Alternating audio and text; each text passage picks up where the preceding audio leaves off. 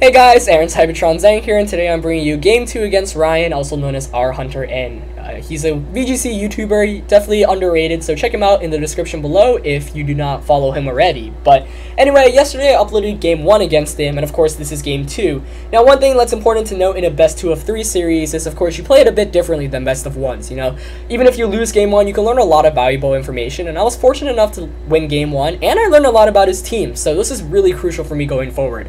So one adjustment I made from Game 1 is I, switched the Scizor and Aerodactyl, as you see here. Those are the 4 Pokemon I had. 2 I did not bring were Mega Charizard, X, and Miltank, but I decided those 2 were really not relevant to the matchup.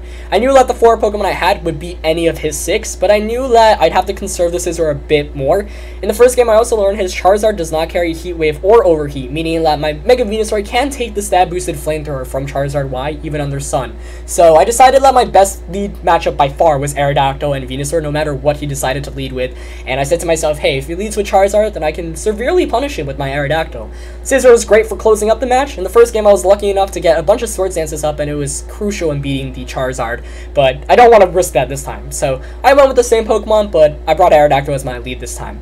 Ryan, on the other hand, completely switches things up. He has Mr. Mime and Kecleon now instead of the Rhydon and Trevenant, so interesting switch there, and we'll see how that goes. Another really good thing to note was that my Mega Venusaur is actually slower than his Mega Charizard Y. So Ryan's team, which is primarily a Trick Room team, Mr. Mime and Trevenant are the Trick Room users on it. Even if he sets up Trick Room, then my Mega Venusaur is carrying Sleep Powder, and I can just Sleep Powder the Charizard should Trick Room go up.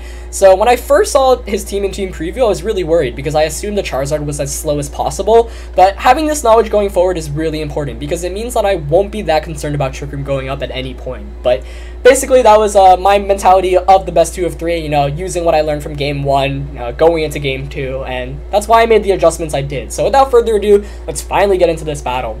So like I said, Aerodactyl and Mega Venusaur is by far the best lead I can, use against him. I'm actually carrying Skydrop on Aerodactyl as well, which is really good because it can, potentially shut down a Trick Room setup and give me a turn to Mega Evolve Mega Venusaur and do whatever I want with it. So Skydrop obviously takes the Pokemon into the sky, making it useless for that turn. Of course, the following turn will be able to attack, but it's a fun move and it can allow for a lot of setups.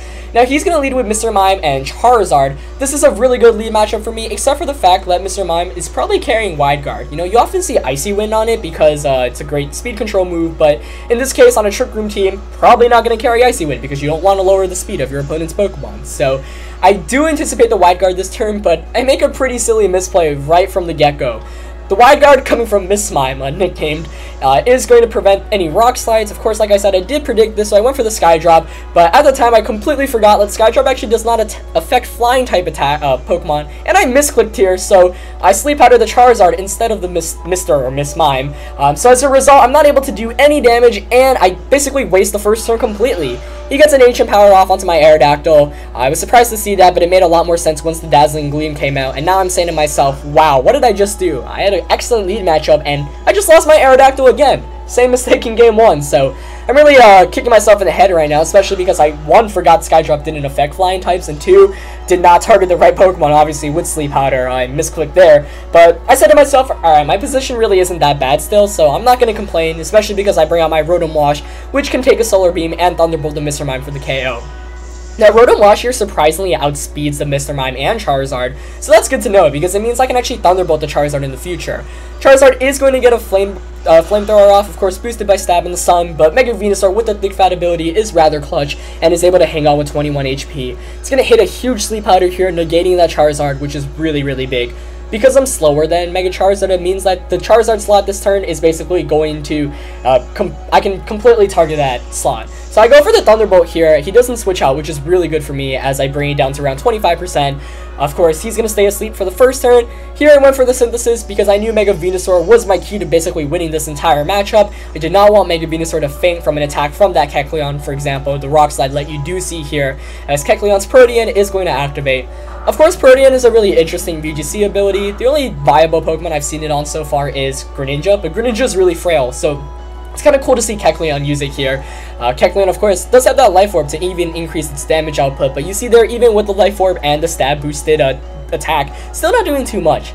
Here he's going to withdraw his Charizard into Scrafty. I'm perfectly fine with that. Rotom Wash really does not mind this position whatsoever.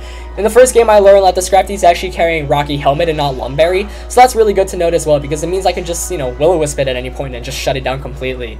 He goes for the Sucker Punch there, and even with the critical hit, does not do too much to my Mega Venusaur. I did go for the Giga Drain this turn. I probably should have double targeted that slot, honestly, but at the same time, I wanted to be safe. I did not want Charizard to wake up and do any silly things, so I'm in a good position right now, up 3-2. He's got a sleeping Charizard in the back, but now he switched in Scrafty, which means he can fake out my Venusaur. I'm fine with that, though, because I did go for the Hydro Pump onto Kecleon. If he faked out my Rotom Wash, then I'd just be able to Sleep Powder it, so I'll take that trade-off anyway, but he's not going to actually faint with the Kecleon, and he's going to be able to set up Trick Room, which is, could turn things around. Trick Room and the late game can always, sway things completely in a different favor. So, the game's still not over yet. I'm going to bring in no Bug Bite, my Scizor here, because I want to conserve the Mega Venusaur, knowing that it's slower than Charizard, meaning it'll be actually able to outspeed it in the sun. At this point, I'm anticipating Charizard's going to wake up after a turn, because you always have to assume the worst, honestly, in VGC, and you have to maximize your chances of winning. So, he goes for the Rock Slide here. I'm fine with that, but I'm scared of the flinch. Of course, I knew that he'd faint from the Life Orb recoil, so I'm fine with that. He does go for the Ice Punch, just trying to get as much damage off as possible, but the Scizor switch is going to take that brilliantly. However, I do flinch here, and that can potentially swing things back into his favor. I was going for the Will-O-Wisp, I believe, onto the Scrafty, which would have, completely shut it down, but now I'm kind of concerned. He goes for another Drain Punch here onto my Scizor, as he does not protect with the Charizard, which I was kind of surprised to see. I do go for the Swords Dance here. You might think that it's an aggressive play, but I know he's not carrying Heat Wave on his Charizard, so I know if he wants to KO it, he's got to just target it with a Flamethrower, meaning my Rotom can just knock it out with a Thunderbolt.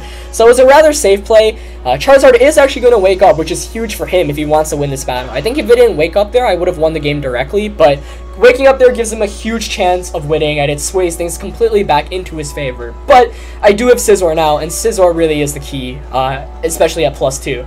Surprisingly, Scizor able to clutch it out in Game 1 against a Charizard, and Game 2 might be able to just do the same.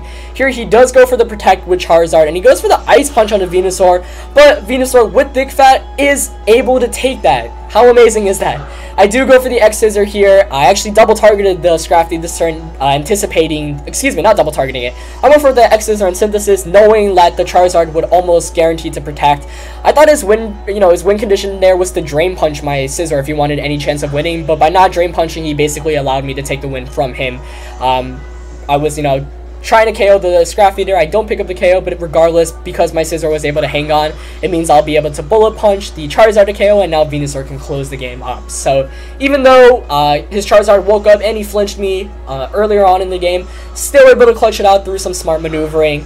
In the late game, predicting your opponent's protects are huge.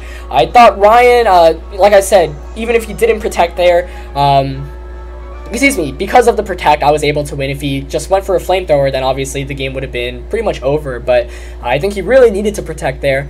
However, I thought he needed to Drain Punch my Scizor instead of targeting the Venusaur that turn, but he was probably expecting a knockout on the Venusaur. However, Thick Fat is really good on Mega Venusaur, obviously, and so Ice Punch without Stab only did 27 HP, which is absolutely crazy. But I am able to take a 2-0 win and a 2-0 win in the series as well. So that's it for this battle, guys. Obviously, check Ryan and his YouTube channel out. As always, thank you for watching. Like the battle if you enjoyed it. Comment, subscribe, rate, so on. Of course, that's it for tonight, guys, and I'll see you tomorrow. Alright, peace.